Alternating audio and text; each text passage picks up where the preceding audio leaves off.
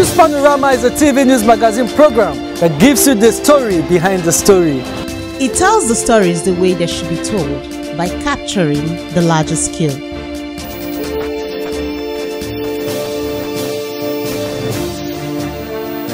It deals with people's deep feelings on issues that, when brought to the fore, ultimately educates, informs, and entertains.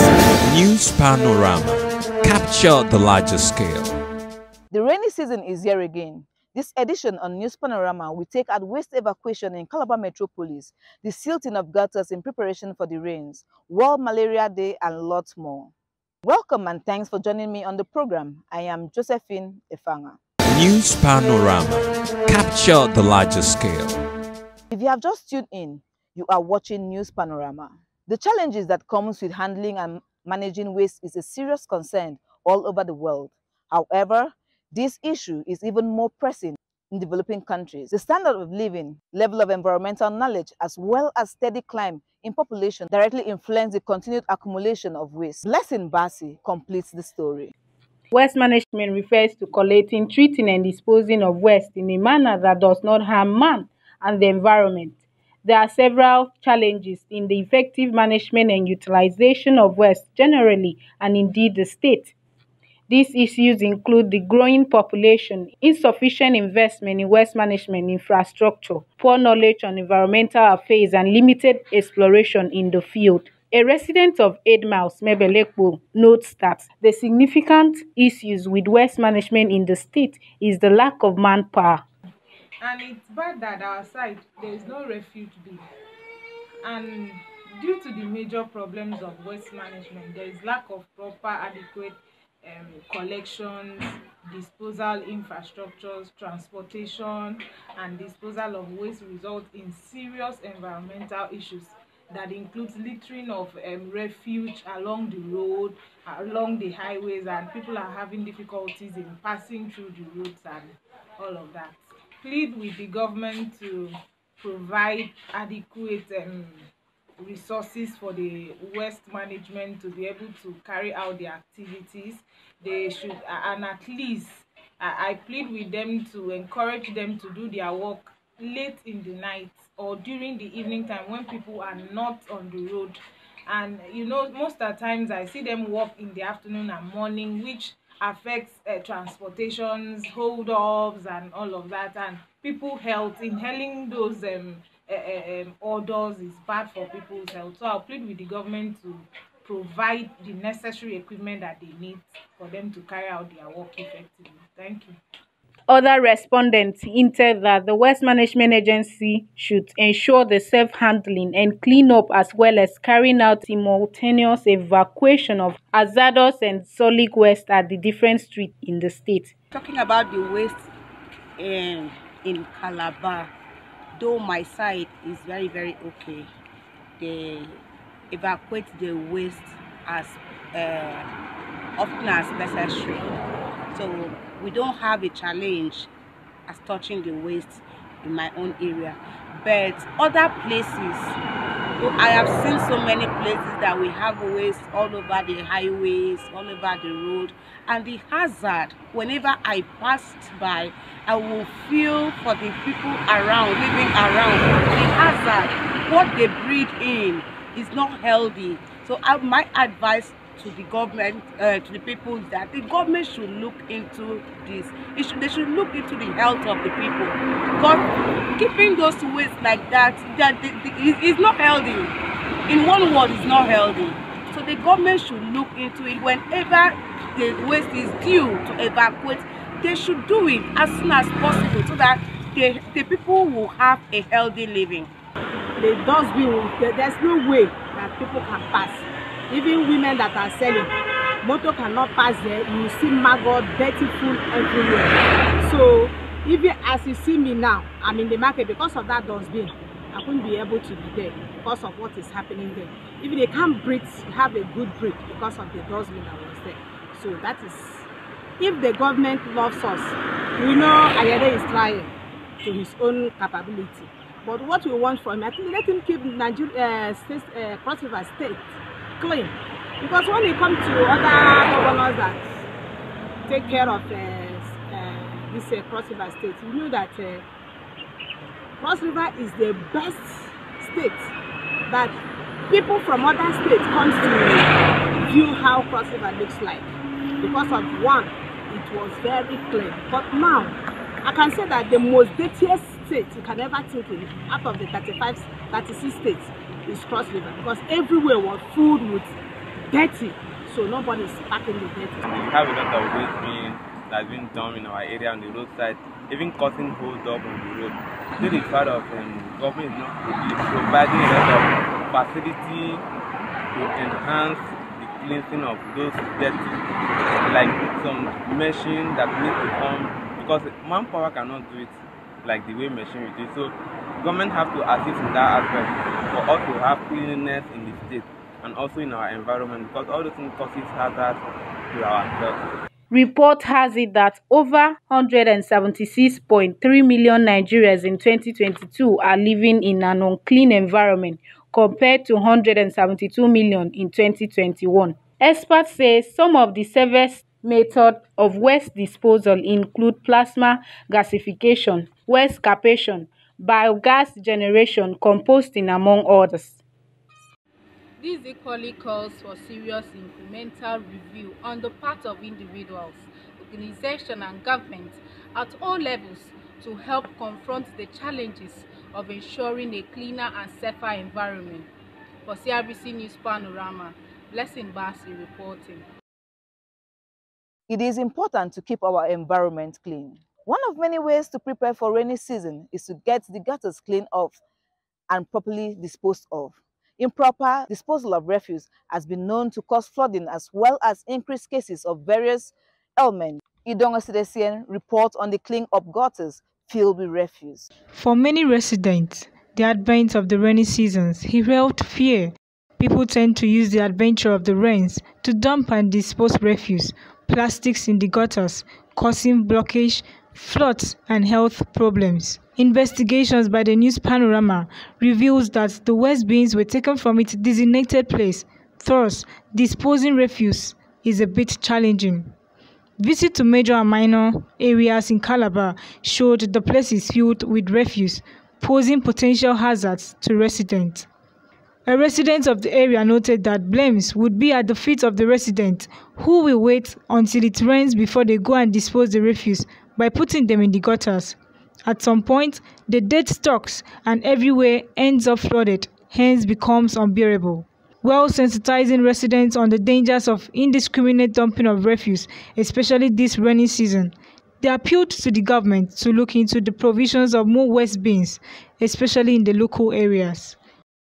The rainy season is approaching, especially in Calabar South, where refuse bins are not being kept, and people are taking advantage of dumping refuse into the gutter, which is not good. I need everybody to be proactive based on that.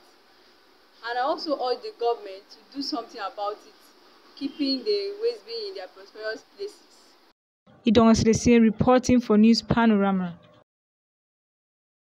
Ensure that you deseal your gutters properly to avoid flooding. The Cross River Ministry of Health has joined the world to mark this year's World Malaria Day with the theme Zero Malaria. It calls for eradication of mosquitoes. More details in the report. World Malaria Day is an occasion to highlight the need for continued investment and sustained political commitment for malaria prevention and control and untimely eradicate malaria. World Malaria Day, which was first held in 2008, developed from Africa Malaria Day, an event that had been observed since 2001 by African government. The observance served as a time to assess progress toward goals aimed at controlling malaria and reducing its mortality rates in African countries. In 2000, at the 60th session of the World Health Assembly, a meeting sponsored by the World Health Organization, WHO, it was proposed that Africa Malaria Day be changed to World Malaria Day to recognize the existence of malaria in countries worldwide and to bring greater awareness to the global fight against the disease. The Commissioner for Health, Dr. Janet Ekpeyon, spoke on this year's World Malaria Day, themed Time to Deliver Zero Malaria, Invest, Innovate, implement, emphasizing the urgency to invest responses, innovate strategies, and implement actions towards achieving the goal of zero malaria in Cross River State. Malaria is one of those very common diseases that have led to increased mortality of both maternal as well as child. And considering the fact that we also live in the malaria endemic region, it's very important that we create this awareness and join join the world to mark such days. And for us here in Cross River State, currently we have a prevalence of 24% in the state, and we're working assiduously to see how we can reduce this prevalence all the way to zero, just as the theme for this year implies, zero malaria, and asking for investment, innovation, as well as implementation. And that means that as a government, we must ensure that we invest in tackling malaria, ensuring that our children, our pregnant women can have access to care free of charge, especially the children under 5 and pregnant women who are considered to be the vulnerable group. So it calls for more investment to make sure that we can protect that group.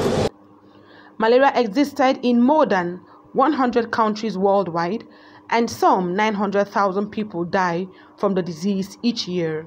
However, malaria is prevented with the use of medicines and other precautionary measures such as insecticide, treated bed nets, and indoor insecticide spraying. Others charge the public to keep their surroundings clean to prevent malaria. Now, the theme for this year is time to deliver zero malaria, invest, innovate, and implement. We are calling on everybody, the donors, the government, the implementing partners, even the individuals, to join hands together to end malaria for good. It's also a day to showcase the global efforts of what different people are doing in the fight against malaria. And of course, my message out there is, let us all come together, join our hands to end this malaria for good. Everybody should join the fight against malaria. My message to the society, apart from keeping our environment clean, is to ensure that each time you go to bed, you sleep with a mosquito net. At least it helps reduce the rate of having malaria. All we've been doing on eradicating, eliminating malaria of course, globally. And of course, Cross River State is not left out of the whole thing. We are also supporting the State Ministry of Health and the State Malaria Elimination Program to see how we can sensitize the populace, on the danger of malaria, and also getting them to understand that this is a time for zero malaria. It's zero. And that's the target. The target is to have zero malaria, and it's what we can all do. And we can only do that when we invest in malaria programs. We need the government to take ownership, money, funding, everything for commodity, to sensitize the people, change people's behavior. We also need to innovate. We can't keep doing the same thing and expect different results. And then we need to implement. So we have partners here. We have Breakthrough Action Nigeria. We have PMI for State. We have the global GSHBSM. And we're all here to support the states to see that we kick malaria out of Cross River State. Malaria. Rachel Lukot reporting for CRBC. Poor waste collection leads to environmental and marine pollution and can block water drains, resulting in flooding. Standing water collection in waste item favors mosquito to breed, causing malaria and dengue fever. An increased number of flies perch on the refuse and transmit disease like cholera. In this report, Efiowan Ekweita x-rays the effects of improper waste disposal. Improper waste disposal have become a new norm in Calabar metropolis as waste is being seen by individuals disposing inappropriately.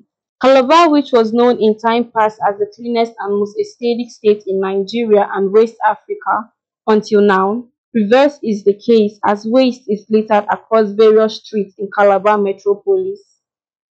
Studies show that people living close to dumping sites inhale polluted air, and this causes them to have a high risk of developing respiratory disease such as asthma.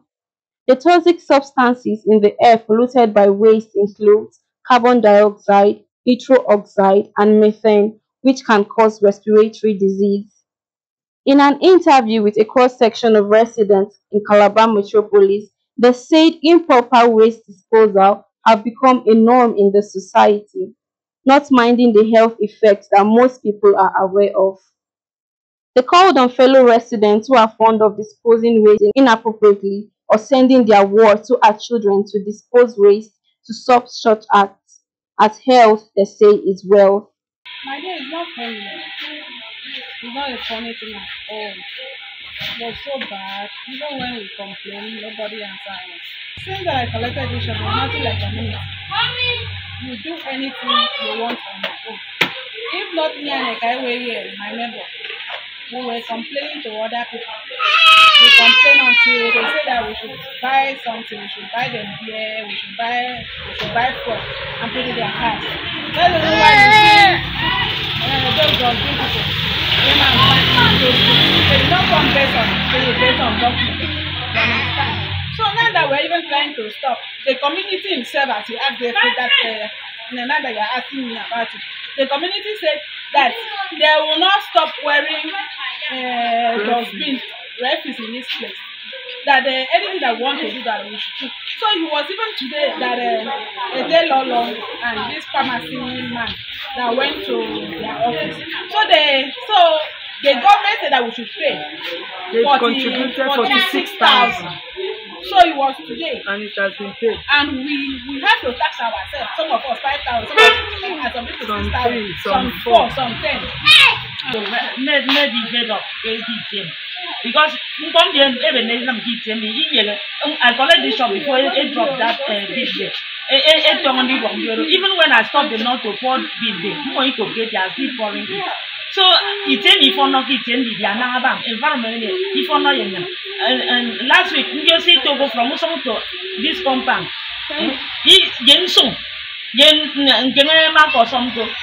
All those things I don't go affect me. It's only that I'm not for 2 weeks along my shop because of Others said it is the responsibility of government to ensure that its citizenry breathe fresh air by evacuating all waste at the allocated refuse stands. You don't throw like that. You put in that bag, in that black bag. You fold it very well. Even though there is no distance for you to put, you just drop it. When they will come and pick it. But the only problem that we here too in Cross River State that we really have is all this aboki. Because when aboki come, aboki will open the back. You understand? You open the bag and scatter everything. You scatter. And all these people too have make us understand aboki that we here we don't have a say that because of now they are ogabi on top. So if you now tell aboki myself, don't scatter that bag, aboki will stand. And when you want to go and talk, and aboki now will move either a tiger, or a dagger, whatever. So it's not my own work for me to go and be fighting with them. That you should not open. So if government is young, you will keep them. I say, I'm trying to do near one. So my man Bob living a mere one more blow is I'm a we can jump on them. Maybe we might work coming jump because of Jim Junior. So stop on this now. Me welcome Bob a little send them my twin bomb. Now I don't feel airplane bomb is the people are still drinking their this thing. Come and dump here. Like yesterday, he gave one big change. So that no good bomb of them bomb they see it. So anyhow they want to do Miss Christiana Ayomba is a medical practitioner. She throws more light on the effects of improper waste disposal to the health and the way forward. Refuse dump is very unhealthy, and as it is now in Cross River State, we have a whole of that, and it has a wide range of health implications to the people living around here or people passing by. Most refuse dumps have they produce chemicals that are harmful, that causes cancer. They produce methane and some other chemicals like that that causes cancer, causes breeding defects, even child defects, even formation of pregnancy defects, because people are living around there, people breathing this air, and most of these gases that are released over time, it affects them quicker than it will affect an adult, because our red blood cells, our white blood cells are active. And in case of somebody that, let's say, probably has sickle cell anemia or has weak immune system, they could also get to contact one of these diseases quicker than somebody that is majorly known as a healthy person. Harmful waste can cause long-term problems, so it is very important that we dispose of them carefully and appropriately. As a citizen, what have you done to keep your state clean and green? The time is now. Do not wait for the government. Take up your mandate and keep your environment clean. If you want Peter reporting for News Panorama. We need to impact on our society rather than expect the government to only impact on us. For your health's sake, keep your environment clean. That's all we have on our lineup on News Panorama today. Thanks for being a part of the show. I am Josephine Efanga.